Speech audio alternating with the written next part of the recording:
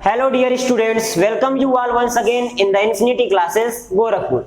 आप सभी का इन्फिनिटी क्लासेस गोरखपुर में एक बार फिर से स्वागत है। तो चलिए स्टूडेंट्स, आज जो हम लोग कोई स्पेशल टॉपिक या कोई पर्टिकुलर टॉपिक जो है इलेक्ट्रिसिटी का जो है या जो इलेक्ट्रिसिटी का सीरीज चल रहा था उससे कोई पर्टिकुलर टॉपिक लेकर के नहीं आए हैं।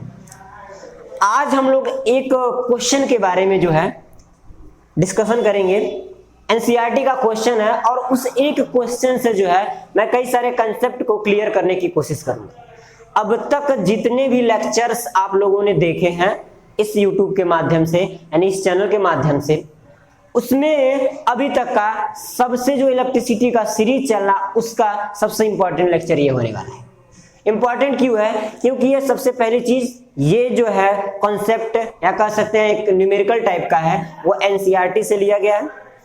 और आपको पता है कि जो भी पेपर बोर्ड का प्रिपेयर होता है वो एनसीईआरटी के बेसिस पे ही होता है और एनसीईआरटी के बेसिस पे कंपटीशन लेवल से ले तक करके मतलब ओवरऑल कहिए तो इस समय एनसीईआरटी सब कुछ है। साइंस बुक्स तो बहुत सारी हैं, तो आज मैं उसी क्वेश्चन को लेकर के आया हूं और उसी क्वेश्चन के माध्यम से मैं कई सारे कंसेप्ट को क्लियर करूंगा। तब तक जो है आप लोग क्या करिए, सबसे पहले अगर चैनल पे नए हैं तो प्लीज हमारे चैनल को सब्सक्राइब कीजिए और साथ ही साथ अगर वीडियो पसंद आएगी तो एट लास्ट जाते जाते चैनल को जो है सब्सक्राइब करने के साथ साथ बेल आइकन को प्रेस कीजिएगा और वीडियो को लाइक जरूर कीजिएगा। चलिए स्टार्ट करते हैं।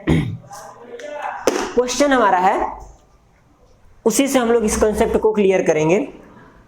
ए कॉइल इज इंसुलेटेड, ये समझ लीजिए एक तरह से जो है इलेक्ट्रोमैग्नेटिक या मैग्नेटिज्म जो हम लेक्चर लिए थे इससे पहले उसी से रिलेटेड है ये।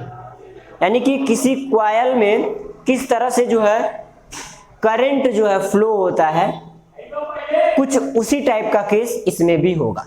ठीक, चलिए शुरू करेंगे। सबसे पहले मैं उस कॉन्सेप्ट को यहां लिखना चाहूंगा एंड आफ्टर दैट मैं पूरी कोशिश करूंगा कि आप लोगों को अच्छे से समझा। चलिए, a coil of insulated copper wire,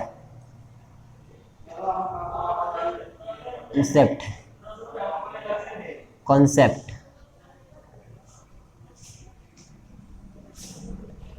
देखिए आगे। A coil of insulated copper wire, a coil of insulated copper wire, insulated copper wire, insulated copper wire is connected to a galvanometer, is connected to a galvanometer, is connected to a galvanometer.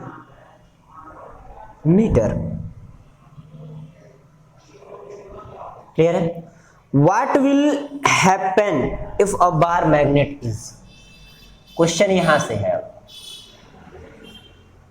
what will happen? ठीक है, what will happen if a bar magnet if a bar magnet is ठीक। चलिए देखिए, कह रहा है कि अ coil of insulated copper wire, एक कॉइल है जो कि कॉपर वायर से उसको इंसुलेट किया गया। ठीक, is connected to a galvanometer, क्या किया गया, उसको गैल्वेनोमीटर से कनेक्ट किया गया है। गैल्वेनोमीटर क्या होता है? एमीटर या गैल्वेनोमीटर दोनों कह सकते हैं।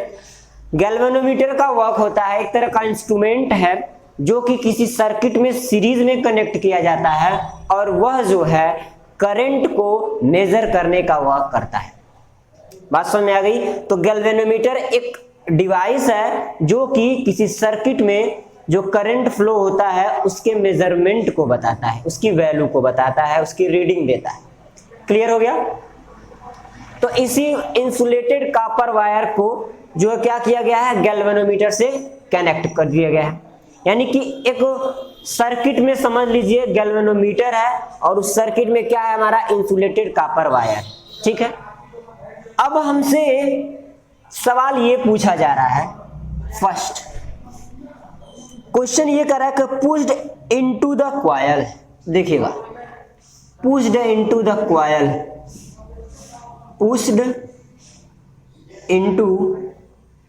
Pushed into the coil. अब इसका मतलब क्या हुआ, यानी कि एक बार मैग्नेट को जब उस कॉइल के अंदर पुश किया जाता है, ढकेला जाता है, अंदर किया जाता है। बात समझ में आ रही है? देखिए क्या किया गया, एक सर्किट है या कह सकते हैं इंसुलेटेड कॉपर वायर है, उसमें जो है गैल्वेनोमीटर कनेक्ट किया गया है। अब उस कॉइल में क्या किया गया है, सबसे पहला सिचुएशन कि उसमें जो है एक if a bar magnet is pushed into the coil, यानी कि उस कॉइल में एक बार मैग्नेट को पुश किया गया यानी ढकेला गया। अगर मैं कुछ फिगर बनाने की कोशिश करूं तो अगर मान लीजिए ये कॉपर वायर है, ठीक है, ऐसे करके कुछ इस तरह से,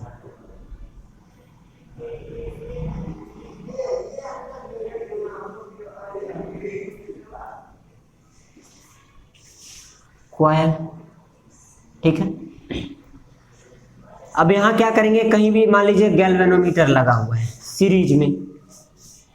अब जब एक बार मैग्नेट को, ठीक है, एक बार मैग्नेट को इस तरह से मान लीजिए कोई बार मैग्नेट है, इसको जो है इस कॉइल के अंदर पुश किया जा रहा है, तो क्या इस गैल्वेनोमीटर में कोई डिफ्लेक्शन नजर आएगा? क्या होगा, यानी कि जब एक बार मैग्नेट को उस कॉइल में पुश किया गया तो क्या होगा, यानी कि जो गैल्वेनोमीटर है उसका रीडिंग क्या होगा, उसमें क्या कोई डिफ्लेक्शन होगा या नहीं होगा। तो ध्यान दीजिएगा, जब क्या करते हैं, बार मैग्नेट को इसमें पुश किया जाएगा तो इसमें जो है क्या होगा, गैल्वेनोमीटर में करंट फ्लो हो शुरू हो जाएगा। यानी कह सकते हैं गैल्वेनोमीटर शो द डिफ्लेक्शन, यानी कि जो गैल्वेनोमीटर का जो वो सुई होता है, जो रीडिंग को इधर उधर बताता है, वो क्या करेगा, वो डिफ्लेक्ट होगा। अगर वो गैल्वेनोमीटर का जो नीडल है वो डिफ्लेक्ट हो रहा है, दैट मीन्स करंट जो है इसमें फ्लो हो रहा है, दैट मीन्स करंट फ्लोइंग। बात समझ में आई?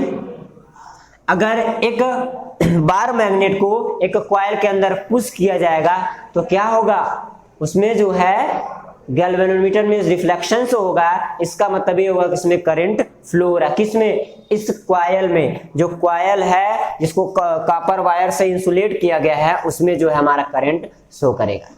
क्लियर हुई बात? अब कैसे समझ में आया कि मतलब ये डिफ्लेक्शन कर रहा है, यानी कि डिफ्लेक्शन ऐसे हो रहा है कि जब आप इस बार मैग्नेट को ऐसे अंदर लेते जा रहे हैं तो फ्लक्स में चेंजिंग आ रही है, फ्लक्स में चेंजिंग आ रही है। आप क्या करिए, एक बार ऐसे करके, अगर मान लीजिए कुछ इस तरह से आगे पीछे, एक स्टेशनरी है और ये बार मैग्नेट को ऐसे अंदर की तरफ ले जा रहे हैं, फिर बाहर की तरफ ला रहे हैं, दो सिचुएशन बनेगा। तीसरा ये कि जब ये इसी जगह पे रुका हुआ है, तीन सिचुएशन बनेंगे। क्लियर है?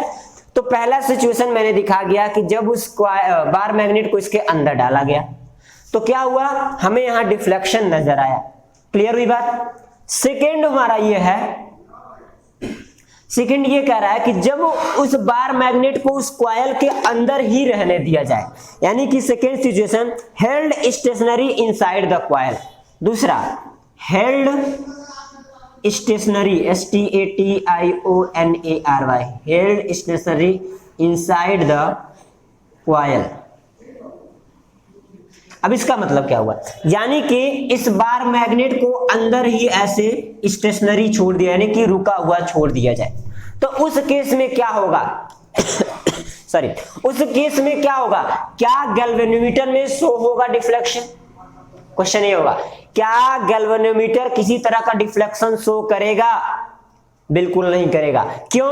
क्योंकि अब कोई चेंजिंग नहीं हो रही है, फ्लक्स में किसी भी तरह का कोई चेंजिंग नहीं हो रहा है। जो हमारा बार मैग्नेट है वह जो है क्या है, एक जगह अस्थाई पड़ा हुआ है। तो आप कह सकते हैं क्या कि galvanometer do not show any deflection. Galvanometer do not show any deflection, DEFLECTION। Clear हुई बात? Galvanometer do not show any deflection. तो जरा बताइए, अगर गैल्वेनोमीटर में डिफ्लेक्शन नहीं हो रहा है, इसका मतलब क्या हुआ? दैट मीन्स सिंपल वे में नो करेंट फ्लो, यानी कि कॉइल में कोई करंट फ्लो नहीं हो रहा है। बात क्लियर हुई? चलिए, दो सिचुएशन तो हमें समझ में आ गए। अब बात होगी तीसरे सिचुएशन की। तीसरा सिचुएशन क्या होगा हमारा, आप बताइए जरा। पहला मैंने पुश दिखाया, दूसरा उसको स्टेशनरी अंदर ही छोड़ दिया, तीसरा क्या करें, उस कॉइल को अगर हम बाहर निकालें। बात समझ में आ रही है? कॉइल को नहीं, उस बार मैग्नेट को हम बाहर निकालें, तब क्या होगा? क्या गैल्वेनोमीटर में कोई डिफ्लेक्शन शो होगा? क्या उस कॉपर वायर में किसी तरह का करंट फ्लो होगा? क्वेश्चन बहुत सारे हैं, लेकिन सारे क्वेश्चन का जवाब यहीं पे मिलेगा आपको। बस हमारे साथ इसी तरह से बने रहिए। अब ये कह रहा है withdraw from inside the coil. Withdraw, WITH, with DRAW, withdraw from inside the coil. अब बताइए, जब उस बार मैग्नेट को जो है इस कॉइल से बाहर की तरफ निकाला जाएगा, तो एक बात ध्यान दीजिए, जब हमने उसको अंदर की तरफ डाला यानी पुश किया बार मैग्नेट को, तो चेंज इन फ्लक्स हुआ। भाई बाहर निकालेंगे तब भी तो चेंज इन फ्लक्स होगा। केवल वह सिचुएशन जब वह इनसाइड में स्टेशनरी रखा गया है, तब जो है किसी तरह का चेंजिंग नहीं हो रहा है, तो उस केस में कोई करंट फ्लो नहीं करेगा। लेकिन इन दोनों केसेस में करंट फ्लो होगा, दैट मींस गैल्वेनोमीटर में डिफ्लेक्शन जरूर शो करेगा। और जब गैल्वेनोमीटर में डिफ्लेक्शन शो कर रहा है, इसका साफ मतलब यही हुआ कि हमारा क्या है, उस कॉइल में करंट फ्लो हो रहा है। लेकिन यहां बात कुछ और है। करंट यहां फ्लो होगा, डिफ्लेक्शन शो करेगा, लेकिन यहां एक बात नोटिस करने वाली होगी। अब वो बात क्या होगी, ध्यान दीजिए। When the bar magnet is withdrawn out from the coil, a deflection of galvanometer is in opposite direction, showing the production of an opposite correction। यानी कि जो गैल्वेनोमीटर अभी तक डिफ्लेक्ट कर रहा था, अब उसका डायरेक्शन क्या हो जाएगा, चेंज हो जाएगा। मान लीजिए अगर वो गैल्वेनोमीटर कुछ इस तरह से ऐसे था, डिफ्लेक्शन उसने ऐसे शो किया इधर, कब? जब इसको जो है पुश किया गया था। बात समझ आई? अब दूसरे में हम कह दें अगर यही गैल्वेनोमीटर है, अगर इसका डिफ्लेक्शन जो है, मान लीजिए इनिशियल पोजीशन था, इसका अगर इधर होने लगे, यानी कुछ इस तरह से डिफ्लेक्शन, तो ये क्या कर रहा है, दैट मींस आप क्या कर रहे हैं, अपोजिट डायरेक्शन में बार मैग्नेट को बाहर निकाल रहे हैं, तो करंट फ्लो होने का जो डायरेक्शन होगा वो अपोजिट होगा। इस वजह से जो है गैल्वेनोमीटर का जो ये नीडल है वो क्या होगा, अपोजिट डायरेक्शन शो करेगा। करंट इस सिचुएशन में भी फ्लो होगा, लेकिन अपोजिट डायरेक्शन में। तो हम लिख सकते हैं गैल्वेनोमीटर शो डिफ्लेक्शन, या लिखेंगे galvanometer show deflection in opposite direction। ठीक है, तो भी लिख सकते हैं दैट मीन्स, इसका मतलब क्या होगा, करंट फ्लो इन अपोजिट। बात समझ में आई? तो यहां से हमने क्या कंक्लूजन देखा, देखिए जब कॉयल को जो है पुश किया गया यानी धकेला गया इस डायरेक्शन में, चेंज इन फ्लक्स हुआ तो करंट फ्लो हुआ, करंट फ्लो हुआ। क्लियर हुई बात। जब जो है उसको स्टेशनरी छोड़ दिया गया, उसी कॉयल के अंदर इस बार मैग्नेट को छोड़ दिया गया तो नो करंट, कोई करंट फ्लो नहीं हुआ। और जब इसको बाहर की तरफ निकाला गया तो क्या देखा गया, बाहर की तरफ जब निकाला गया तो करंट आई फ्लो तो हुआ बट इन अपोजिट डायरेक्शन में हुआ। क्लियर हुई बात। ये दोनों फिगर क्लियर है, ये डायरेक्शन को बता रहा है। क्या हमारा ये गैल्वेनोमीटर है। अब गैल्वेनोमीटर क्या है, गैल्वेनोमीटर एक इलेक्ट्रिक डिवाइस है जो क्या करता है, किसी सर्किट में जो है जो करंट फ्लो हो रहा है उसके मेजरमेंट को बताता है कि कितना करंट फ्लो हो रहा है, करंट फ्लो हो भी रहा है कि नहीं भी हो रहा है। और इसको हमेशा जो है सर्किट में किसमें जोड़ा जाता है, कनेक्ट किया जाता है, सीरीज में हमेशा करंट को ऐड किया जाता है। तो आई होप स्टूडेंट ये जो हमने अभी क्वेश्चन या कॉन्सेप्ट जो लिया था आप लोगों को अच्छे से समझ में आया होगा।